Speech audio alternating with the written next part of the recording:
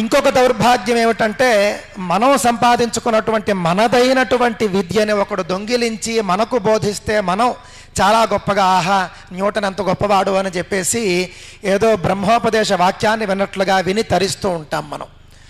చూడండి, మనకి భూమిలో మనకి బ్రహ్మగుప్త సిద్ధాంతంలో కానీ ఆర్యభట్ట సిద్ధాంతంలో కానీ అన్నింటిలోనూ కూడా మనకు గురుత్వాకర్షణ గురించి స్పష్టంగా ఉన్నది. ఎవరికి ఇవన్నీ కూడా కొత్త అనంటే వాళ్లకు కొత్త, ఐరోపా ఖండంలో ఉన్నటువంటి వాళ్లకు కొత్త.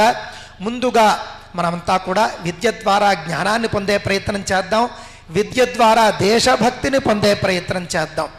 ఛత్రపతి శివాజీ గురించి ఏ స్కూల్లో బోధిస్తున్నారు ఒక్కసారి, అంటే నేటి స్కూళ్ళలో బోధిస్తున్నారా అండి? ఛత్రపతి శివాజీ విషయం పాఠశాలలో ఉందా అండి? నాకు తెలిసి లేదు. ఎందుకు అనంటే అటండి, ఛత్రపతి శివాజీ మరాఠా రాజుట, భారతీయ రాజు కాదుట. ఛత్రపతి శివాజీ మరాఠా రాజు, కృష్ణదేవరాయలు కన్నడ రాజు, రాజరాజ చోళుడు తమిళ రాజు, కానీ అక్బరు మాత్రం భారతీయ రాజు. ఇది బోధించేటటువంటిది.